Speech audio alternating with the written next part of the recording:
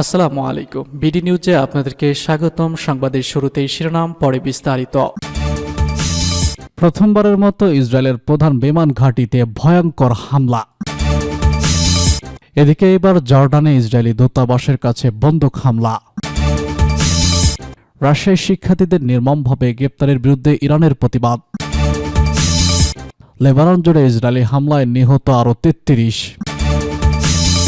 সর্বশেষে জানিয়ে দেব গাজা ইসরায়েলি হামলায় নিহত আরও 120 ফিলিস্তিনি। শুনছিলেন সংবাদ শিরোনাম, এখন বিস্তারিত। তার আগে অনুরোধ থাকবে ভিডিওতে একটি লাইক দিন এবং কমেন্টস করে জানিয়ে দিন কোন জেলা থেকে বা কোথা থেকে আমাদের সঙ্গে যুক্ত রয়েছেন। প্রথমবারের মতো ইসরায়েলের প্রধান বিমান ঘাঁটিতে হামলা। প্রথমবারের মতো ইসরায়েলের প্রধান বিমান ঘাঁটিতে হামলা চালিয়েছে লেবাননের প্রতিরোধ যোদ্ধা হিজবুল্লাহ। মঙ্গলবার ঘাঁটিতে এই হামলা চালানো হয়। বুধবার তেহরান নিউজ এজেন্সির এক প্রতিবেদনে সব তথ্য জানানো হয়েছে। হিজবুল্লাহ জানিয়েছে ইসরায়েলের প্রধান বিমান ঘাঁটিতে উত্তেজনার মধ্যে প্রথমবারের মতো হামলা করা হলো। এ সময় ঘাঁটিতে নিশানা করে ব্যাপকভাবে রকেট ছোড়া হয়েছে। মঙ্গলবার গোষ্ঠীটি জানিয়েছে তারা ইসরায়েলের গুরুত্বপূর্ণ হারমেজ ঘাঁটিতে হামলা চালিয়েছে। এই ঘাঁটিতে বিমান বাহিনীর আবাসন, পরিবহন ও ইঞ্জিন কারখানা রয়েছে। হামলায় এগুলো নিশানা করা হয়েছে। ইসরায়েল এই ঘাঁটিটি লেবানন ফিলিস্তিন সীমান্ত থেকে আনুমানিক 40 কিলোমিটার দূরে অধিকৃত হাইফা শহরের দক্ষিণে অবস্থিত।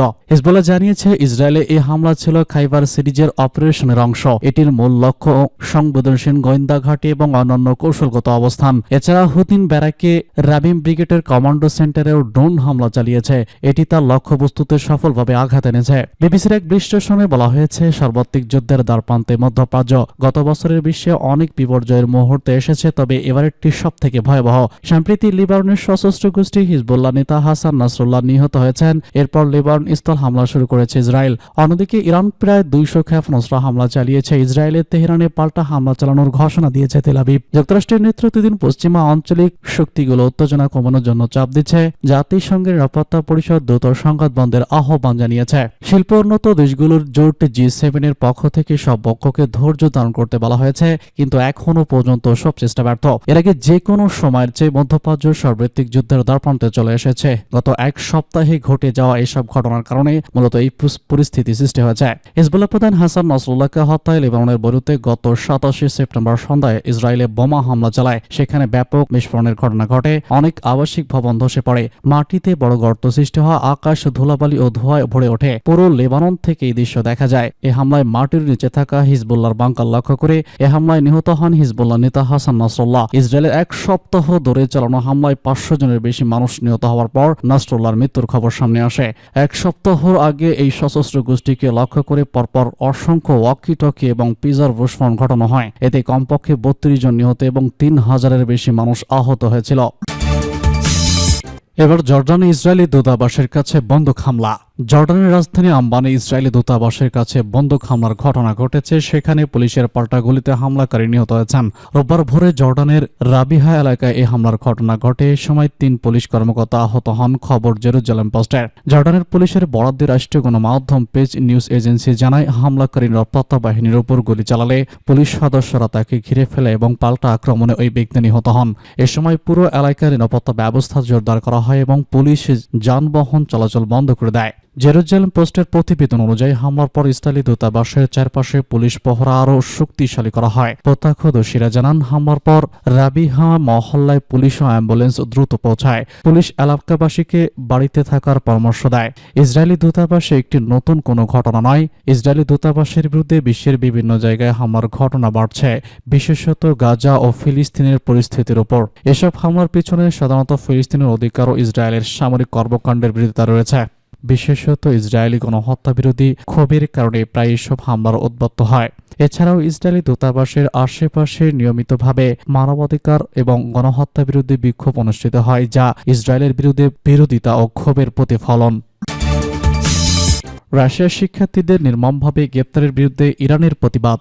রাশিয়ার ভারাজান ফেডারেল ইউনিভার্সিটিতে ভিসার মেয়াদ বাড়ানোর কেন্দ্রে গেলে পুলিশ 2 ইরানি শিক্ষার্থীকে অমানসিক ও অন্যায় বিচার প্রহর করে গ্রেপ্তার করেছে বলে IEN বার্তা সংস্থাকে জানিয়েছে। শুক্রবার এই ঘটনা ঘটেছে বলে কাজান শহরে ইরানের চ্যান্সেলর দপ্তরের উদ্ধৃতি দিয়ে জানিয়েছে বার্তা সংস্থাটি।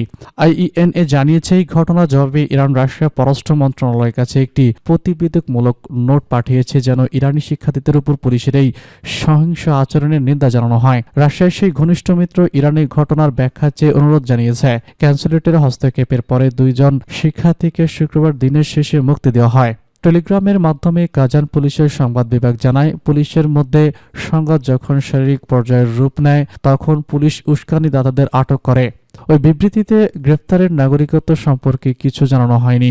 কাজানের আঞ্চলিক তদন্ত কমিটি শুক্রবার জানায়, কর্তৃপক্ষের এক প্রতিনিধিদের বিরুদ্ধে সহিংস হয়ে ওঠার অভিযোগ 2 জন বিদেশি নাগরিককে গ্রেফতার করা হয়। মস্কোতে তেহরানের রাষ্ট্রদূত কাজান জালিম সামাজিক যোগাযোগ মাধ্যমে এক্স একটি পোস্টে উল্লেখ করেন, ইরানের পররাষ্ট্র আব্বাজি কারাকজি এই ঘটনার প্রতি নজর রেখেছিলেন। শুক্রবার আরেকটি পোস্টে জালিম ইরানি শিক্ষার্থীদের প্রতি যে কোনো ধরনের অসাধারণের নিন্দা করেন এবং দায়ী রুশ কর্তৃপক্ষের জবাবদিহিতার আওতায় আনেন। লেবানন জুড়ে ইসরায়েলি হামলায় নিহত আরও 33। লেবাননে ইসরায়েলের হামলা আরও 33 জন নিহত হয়েছে। এরই মধ্যে রাজধানী বৈরুতে এই হামলায় নিহত হয়েছে কমপক্ষে 20 জন, আর দেশটির পূর্বাঞ্চলে প্রাণ হারিয়েছে আরও 13 জন, আহত হয়েছে আরও বহু। লেবাননের স্বাস্থ্য মন্ত্রণালয় বরাত দিয়ে গণমাধ্যমের প্রতিবেদনে এসব তথ্য জানানো হয়েছে। এর আগে ইসরায়েলি বাহিনী বৈরুতের কেন্দ্রস্থলে ঘন বসতিপূর্ণ এলাকায় একটি আবাসিক ভবনে লক্ষ্য করে ক্ষেপণাস্ত্র হামলা চালায়। এতে ভবনটি ধসে পড়ে রাষ্ট্রীয় গণমাধ্যম জানিয়েছে। বৈরুতে হওয়া এই হামলায় অন্তত 20 জন নিহত ও আরও 66 জন আহত হয়েছে বলে জানিয়েছে দেশটির স্বাস্থ্য মন্ত্রণালয়। স্বেচ্ছাসেবক এবং উদ্ধারকর্মীরা ধ্বংসাবশেষের মধ্যে বুলডোজার দিয়ে খনন করে এবং ভারী সরঞ্জাম ব্যবহার করে বেঁচে থাকা লোকদের খুঁজছিলেন।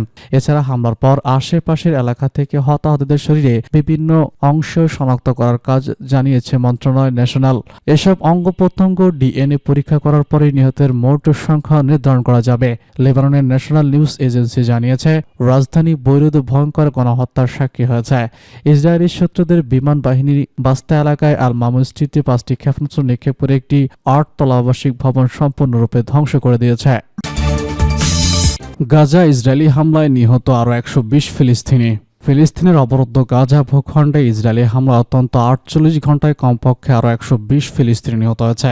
এতে করে গত বছরের অক্টোবর থেকে এ পর্যন্ত মোট মৃতের সংখ্যা বেড়ে 44,166 জনে পৌঁছেছে। অবিরাম চলা এই বর্বর হামলায় অত্যন্ত 1,04,450 জন ফিলিস্তিনি নিহত হয়েছেন। দেশটির স্বাস্থ্য মন্ত্রণালয় বরাতে বার্তা সংস্থা আনাদুল এই তথ্য জানিয়েছে। খবরে বলা হয়, স্বাস্থ্য মন্ত্রণালয় জানিয়েছে গত 48 ঘন্টায় ইসরায়েলি বাহিনীর অব্যাহত আগ্রাসনে 120 জন নিহত এবং আরও 205 জন আহত হয়েছেন।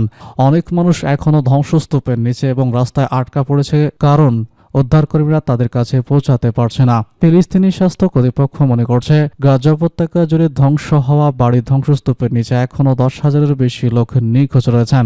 মূলত গাজায় অবিলম্বে যুদ্ধবিরতির দাবি জানিয়ে জাতিসংঘের নিরাপত্তা পরিষদের প্রস্তাব সত্ত্বেও ইসরায়েল অবরুদ্ধ এই ভূখণ্ডে তার নৃশংস আক্রমণ অব্যাহত রেখেছে।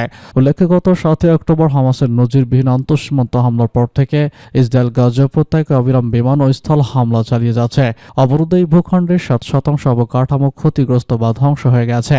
জাতিসংঘের মতে ইসরায়েলের বর্বর আক্রমণের কারণে গাজায় প্রায় 85% ফিলিস্তিনি বাস্তুচ্যুত হয়েছেন। আর খাদ্য, বিশুদ্ধ পানি এবং ঔষধের তীব্র সংকটের মধ্যে গাজার সকলে এখন খাদ্য নিরাপত্তাহীন অবস্থায় রয়েছেন। ইসরায়েল ইতিমধ্যে আন্তর্জাতিক বিচার আদালতে গণহত্যার অভিযোগে অভিযুক্ত হয়েছে।